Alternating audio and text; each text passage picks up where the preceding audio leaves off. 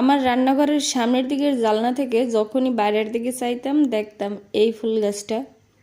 একটু দূরে হলেও আমার নজরে থাকতো, কারণ এই ফুল গাছটা আমার খুব ভাল লাগে। যেহেতু বেগুনি রং আমার খুব খুব বেশি পছন্দের, তাই জারুল ফুলটা দেখলে আমার খুবই ভাল লাগে। বন্যার পর থেকে আমার রান্নাঘরের জানলা থেকে আর দেখা যাইতেছে না ফুলগুলো। তো আমি আর আমার আড়ি তল্লাশি বানু ভাবলাম যে যাই দেখি আসি ফুল গাছটা কি হয়েছে। তো গিয়ে তো দেখলাম আসলে যা ভাবছি তাই, বন্যার পর গাছটা ভেঙে গেছে। তো আমি আর আমার আড়ি তল্লাশি বানু মিললে এখন ডালপালা সংগ্রহ করতে আসি।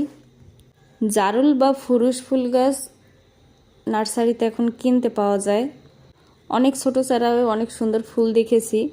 বীজের গাছে ফুল ফুটতে অনেক দেরি লাগে, তবে কাটিং থেকে যদি চারা হয় তবে ফুল খুব তাড়াতাড়ি ফুটবে।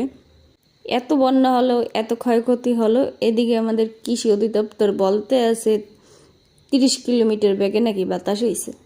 হঠাৎ করেই যেহেতু ঝড় বন্যা হয়েছে, কেউ আসলে কিছু বুঝতেই পারে না, এর আগেই সবার সব কিছু ধ্বংস হয়ে গেছে। তো এই প্রায় শুকিয়ে যাওয়া ডালটা তো আমি লই আইছি, এখন ছোট ছোট টুকরো করে কাটিয়ে নিতেছি। কাটিংগুলো লাগাই দেব, ওইবে না না হইবে ওই ডাল্লা রাতে। অনেকগুলো কাটিং লাগাইছি, একটা হইলেও মনে অনেক শান্তি লাগবে।